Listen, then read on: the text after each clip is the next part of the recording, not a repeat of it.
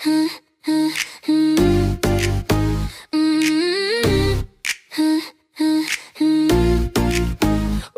anong hiwaga ang tadhana ng iyong buhay mula sa umpisa bago ka pa isinilang.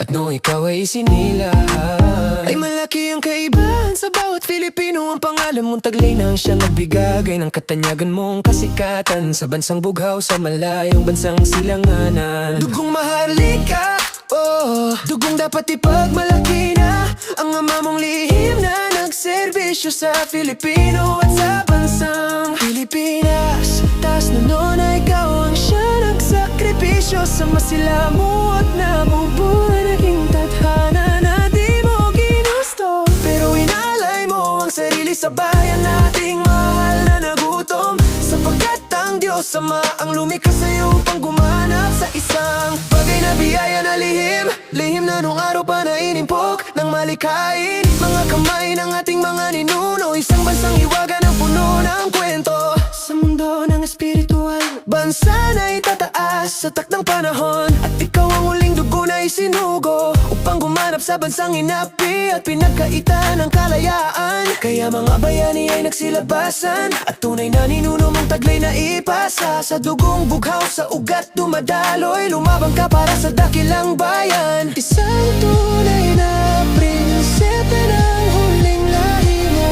anak ng prinsesa na lihim sa tribo.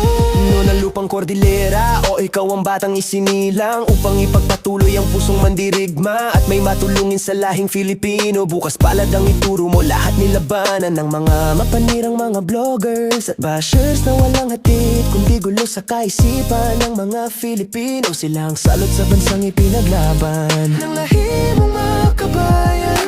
Kaya naman tumindig ka muli, magayan ang kinang mong taglay sa sakripisyo.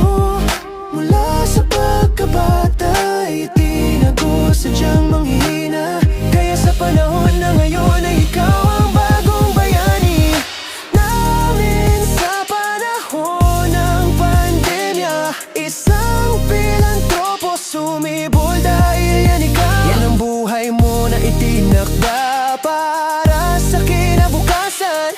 Kaya naman gising na mga kabataan, maging FLM kayo, pag-asa ng idolyo. Kayo ang makikinabang ng biyaya ng bansang sinilangan. Taglayin nyo ang tatak FLM, Filipino laging matulungin sa panahon. Sokme dapat natin isa-isip, pati sa buhay may pandemic hero na nagsakripisyo upang ang bansang mahalika. Mapuno na may busilak na puso, yan ang kwento mo, ito lang FLM. Dr. Francis Leo Antonio Marros, isang tunay na Filipino, may pag-ibig sa kapwa-tao. Mga Filipino ay binago mo. Kahit pa sa dami ng naiingit sa'yo, ikaw pa rin nakikita na may liwanag na ang Diyos lamang ang nagbigay sa batang matagal na itinago.